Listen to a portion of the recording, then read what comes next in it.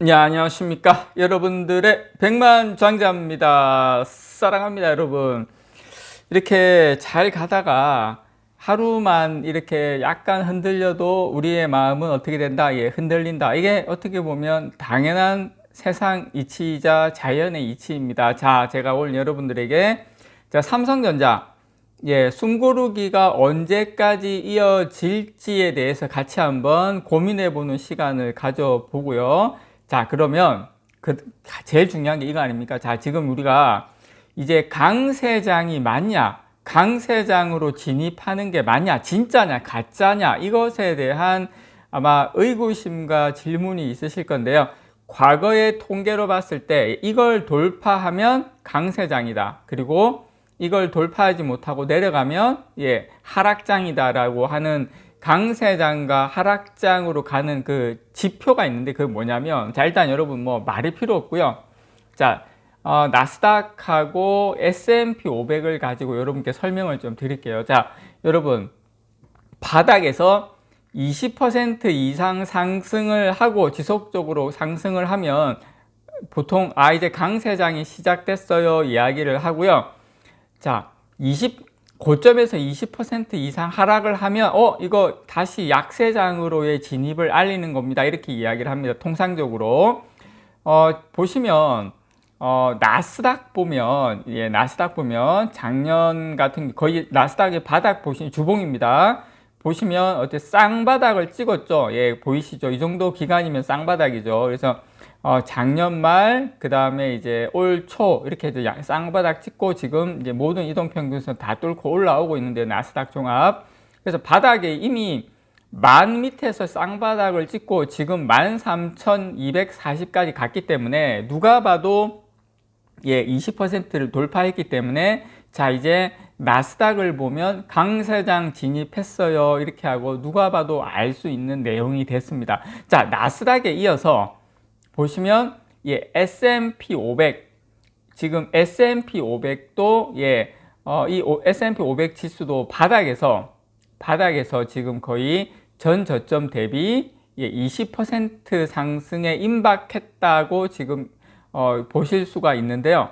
전 저점 대비 20% 상승은 침체장이 끝나고 강세장이 시작됐다는 기술적 지표 중에 하나로 여겨집니다. 기술적 지표로. 물론 이게 뭐 100% 맞다 그건 아니에요.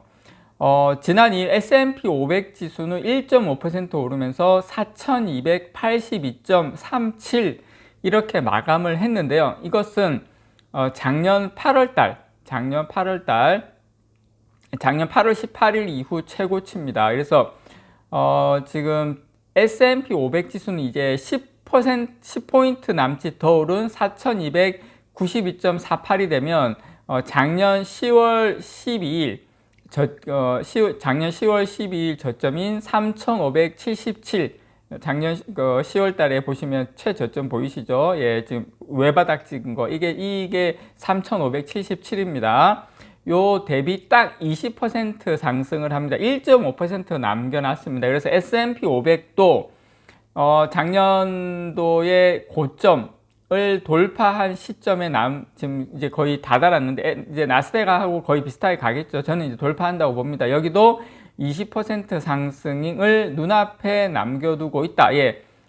대세 상승장, 강세장인지 여부를 알 수 있는 지표가 지금 이제 S&P 500도 거의 다가왔다. 이걸 제가 여러분께 말씀을 좀 드리고 싶습니다. 다만 나스닥 지수처럼 자주는 아니지만 이 S&P 500 지수도 전 저점 대비 20% 이상 오른 다음에 다시 전 저점을 깨고 내려간 적이 없었던 건 아니에요. 이런 사기성 랠리가 2000년, 2002년 닷컴 그 버블 붕괴 때 한 2번 정도 있었고요.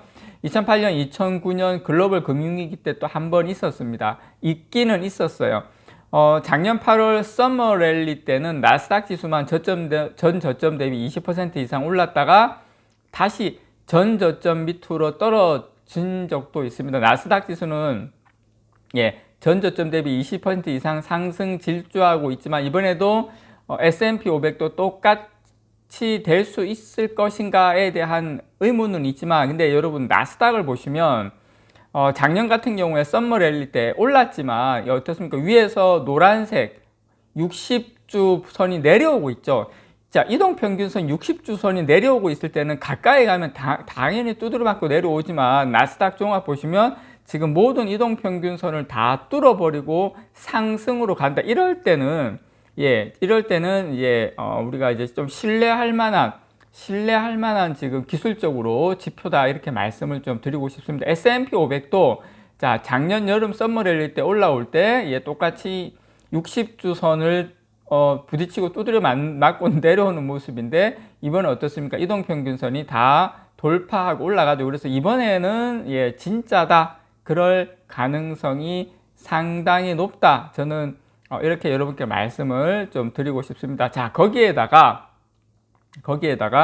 다우존스 죄송합니다. 다우존스 보시면 자, 다우존스도 지금 작년 한 10월달 그때 바닥에서 지금 올라오고 고점을 지금 몇 번을 두드리고 있는데 이번에 이제 고점 돌파하기 일보 직전에 와 있다라는 거 여러분께 말씀을 좀 드리고 싶습니다. 그래서 지금 나스닥은 이미 20% 돌파했고요. 지금 S&P 500은 돌파 직전이고 다우존스도 돌파하기 이제 얼마 남지 않았다. 거의 이제 끝나간다라는 걸 여러분께 말씀을 좀 드리고 싶습니다. 자, 저는 그러면은 우리 삼성전자가 일단은 지금 당장이 좀 지루하잖아요. 뭐 오늘 하루만 이렇게 조정받아도 지루하잖아요. 저는 여러분들께 이 말씀을 좀 드리고 싶어요. 그러면 언제 삼성전자가 약간 방향성을 틀 수 있냐? 그것은 지금 미국 연방정부의 부채한도 협상 타결로 코스피가 2600선을 지금 넘었죠. 넘어선 가운데 시선은 6월 중순 예정된 미국 소비자 물가지수 CPI죠. CPI 발표하고 난 다음에 바로 연방준비제도의 연방공개시장위원회의 정례회의 결과로 이어집니다. 그래서 지금 코스닥 지수는 코스피는 올해 지금 한 16%, 코스닥은 27% 상승을 했어요.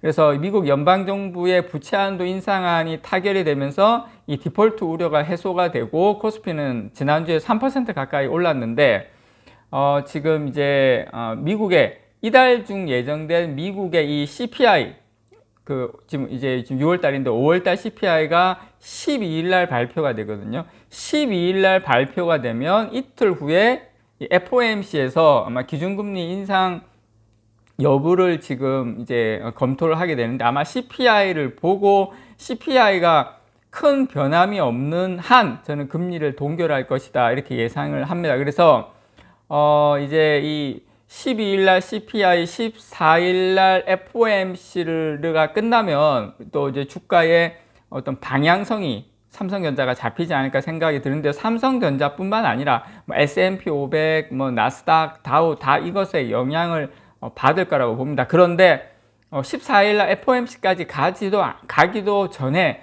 저는 12일 날 CPI가 예상치만 부합하게 소비자 물가지수가 내려와 준다면 주가는 또 한 차례의 랠리를 펼칠 가능성이 높다. 그리고 상승장으로의 진입이 본격화된다. 이렇게 여러분들께서 이제는 S&P 500하고 다우존스를 우리가 볼 필요가 있다. 자, 그리고 우리가 이 랠리의 지속성이 있기 위해서는 이 주도 종목군이 나와야 되거든요. 주도주가 나와야 돼요. 주도주가. 자, 그런데 이번에 뭐가 나왔습니까, 여러분? 엔비디아가 나왔죠. 엔비디아의 어떤 AI 그 GPU 관련해서 이 부분이 나오면서 또 거기다가 챗GPT, 마이크로소프트 그래서 이 엔비디아와 마이크로소프트와 같은 이러한 거대 종목들의 주도주군이 나오면서 이번 상승 랠리가 그냥 가짜가 아니다. 진짜일 가능성에 대해서 상당히 지금 거품이 아니다. 그래서 이번 상승장이 주도주가 확실한 주도주군이 나왔기 때문에 이번 상승장 20% 이상 지수가 상승하고 주도 종목군이 확실하게 있기 때문에 이번 상승장도 이제 스타트를 하는 단계에 와 있다는 거 여러분께 말씀을 드리고 싶고요. 그 사이에 당연히 삼성전자도 꼽살이 껴서 제가 뭐 꼽사리 꼈어라는 표현이 조금 그렇긴 합니다만 뭐 현실은 현실이니까요. 같이 간다. 저는 이렇게 여러분들에게 말씀을 좀 드리고 싶습니다. 이상 여러분들의 백만장자였습니다. 사랑합니다, 여러분.